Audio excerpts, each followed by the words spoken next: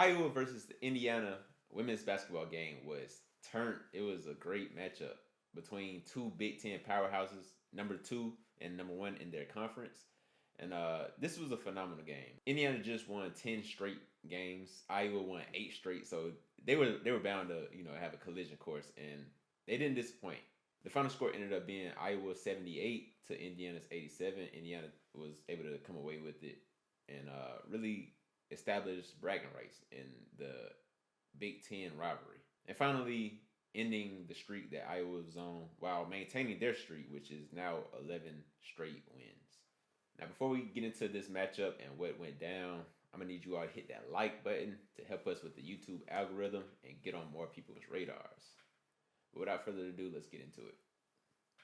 So, this game, like I said, was phenomenal. The energy was electric in the arena as Indiana fans was booing Caitlin Clark every time she touched the ball, and they made it really tough and difficult. It's hard to play in those type of environments when the crowd is real rowdy. Every little mistake you make, they on your case about it, and every time their team does any one little thing good, they all they're making all the noise in the world. You shooting free throws, you can't concentrate, you can't really call out plays. Your team can't hear you. You got to huddle them up, and that's just the pinnacle of college basketball to me is that atmosphere. So Indiana, man, they're extremely well coached. If you watch them play closely, they get everybody involved. They're able to pass it around the perimeter. They're always looking inside. They have a great interior post presence, and they're always looking to their big man or big woman in this case down below. A lot of their strategy, like I said, is passing around the perimeter, going inside, but also they move without the ball. They're able to cut off ball. They know you're going to load up. They know you're going to focus too much on their bigs. Then they're going to send a weak side cut and make you pay for that. And it seems like they know how to target matchups as well. They know their advantages on the court. They know their disadvantages, and they know like when a certain player has it going and to feed that player. Today, in the Indiana versus Iowa game, that player was Grace Berger. She had it going, and I really think she's an underrated player. Like I feel like, and her draft stock. She's a senior right now. I think a fifth year senior, and her draft stock is kind of low relatively. Speaking. Obviously, the WNBA doesn't have that many teams, so it's only like 3 rounds, 12 teams. So to be in that exclusive club, that's big within itself. But I think she's slated to go in the second round, and I think she's a way better talent than the second round. Now, obviously, she's only averaging around like 12, 13 points, so it doesn't show up in the numbers. But I think she has the chance to be a real sleeper because if you look at her play, there's nobody that can really stop her. She's taller than Caitlin Clark, and she's able to put the ball on the floor, and she's able to go to the hole anytime she wants. But you might think like, why is she only averaging 12 points? I think that has more to do with Indiana's system than it does with her actual play. And she's going to end up being a sleeper pick. She's going to end up being a steal in the draft. Kind of like if you look at the NBA, how Kobe Bryant or most recently like Devin Booker, Donovan Mitchell, those players who go late first round but end up being stars. And the reason why players end up in that situation is because their college coach doesn't necessarily prioritize them. They may have a scheme that they're running. Like in Indiana's case, they are running through the post. They run everything through the post. They're always looking for the bigs down there in the post. And their guards may not have the opportunity to really just show their stuff and really, go one-on-one or, get the ball ran through them, whether that's pick and roll, whether that's just overall just making them the focal point of the offense. And I feel like a WNBA team will be able to benefit from that. They would be able to see like, okay, this girl has some skill. And all I'm saying is watch out for Grace Berger. Now on Iowa side of the ball, now obviously we all know how great Caitlin Clark is. It's no secret. She's one of the best. She's like probably top 2 best players in the women's college basketball realm. So, WNBAs are salivating at the mouth to get their hands on her as a player. They want her in their franchise, and for good reason. And she didn't disappoint in this game, putting up 35 points, 10 assists. Those are like the numbers she put up in her sleep. Like she's getting those type of numbers on a nightly basis. But the thing I see about that team, first of all, they're ranked number 5, and that's pretty much credited to her alone. She's that good of a talent. But because of that, they rely kind of too much on her. And she has to do too much, way too much out there on the court. She has to, pretty much generate her team's entire offense. And even when she do hit an open person, an open player for a 3-point shot or whatnot, they might miss. A lot of them they're not shooting. They don't have the best shooters on their team. Her next best player is probably Monica Sedano, and she's an undersized center. She's about I think 6'3", 6'2", or something like that. But she's an undersized center. So when you have a capable center on the other side, where is that?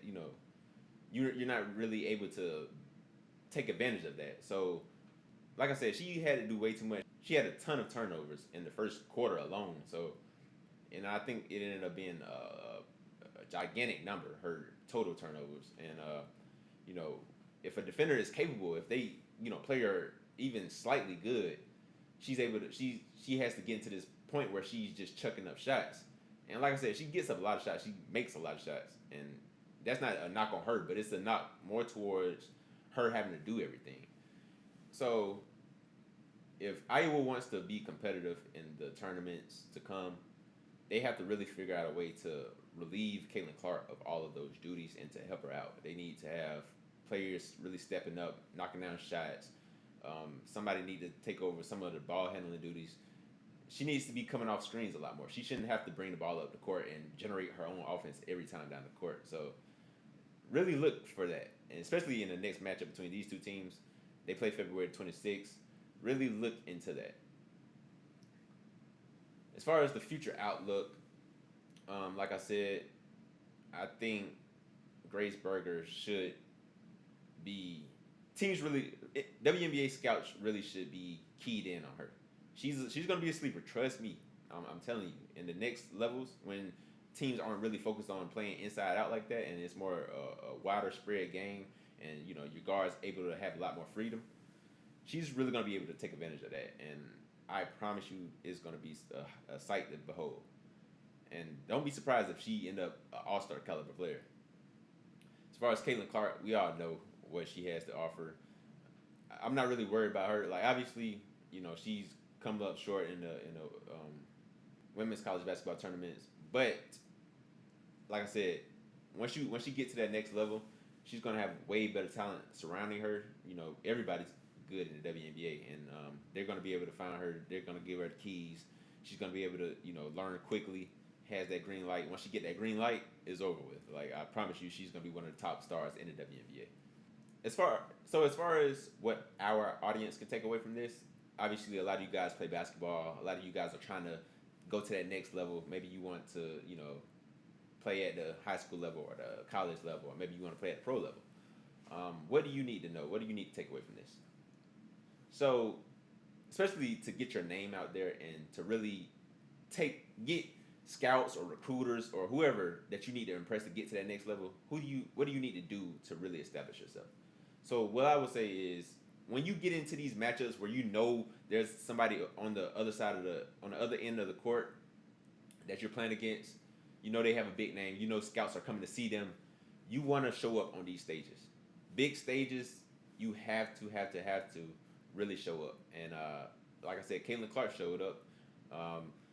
Grace Berger showed up. I think if this didn't raise her draft stock, then something's wrong. So like I said, if you want to get scouts and recruiters and all of these people to take note of you, coaches, you want them to take note of you, really show up when it's time to show up on the biggest stages, when other players that also are bringing that attention to the game, when they're, everybody's, singing them praises. Oh man, this player, oh yeah, we can't wait to see him. This is going to be a big game. He's going to dominate. You want to show that player up. Point blank. The other lesson, and this is for my more advanced players who are stars already, if you're in a situation like Caitlin Clark where you have to do everything, you have to learn to be strategic. Kobe Bryant talked about this a lot, and Michael Jordan as well, is where they were getting to the point where they had to do everything for their team, especially in certain seasons where the talent that they were playing with on their roster wasn't necessarily up to par with the rest of the seasons. And they had to figure out a way to strategize throughout the course of the game. So instead of getting all your points in the first quarter, trying to dominate in the first quarter or even the second quarter, you kind of pace it. You pick your spots. Pick when you want to attack. Pick when you don't want to attack. Start being more passive to your teammates. Now, when you have an open shot, when you have an open lane, you take that. Anything that's coming easy, you take the easy points. Always, always, always, always. In basketball, you always want to look for easy buckets. So that's you always want to take advantage of that. But other than that, don't force the issue. Get your teammates going early. Figure out the spots that they like the ball. Figure out ways to get them contributing to the game and get them in rhythm. Once you do that, now the defenses won't really be loaded up on you. In this game, Indiana did a great job of getting the ball out of Caitlin Clark's hands. They sent double teams at her. They sent different rotations at her, and she kind of struggled with that a lot, especially when we talk about turnovers. Now she still got her points. Don't get it twisted, but she was really struggling with that component, and that's what I say. Like, just find out ways to strategize and get your teammates involved. And once the defense is lulled to sleep, then that's when you attack. But that's it for this one, guys. Thank you for giving us a listen. We recently hit 300 subscribers. I can't thank you guys enough for always supporting. And let's get it to 500 or even 1,000. We're trying to get monetized over here. So if this interests you, obviously this is a channel for exposure, bringing exposure to players who not really talked about, who really don't get that shine that they need to be getting, especially when we talk about the NBA and all of the players who get talked about a lot on ESPN.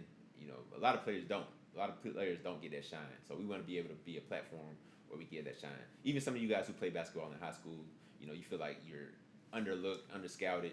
We want to be able to lend our platform to giving you guys some exposure as well. So if that interests you, hit that like button, hit that subscribe button, and share this with somebody else you think may find this helpful. Without further ado, peace.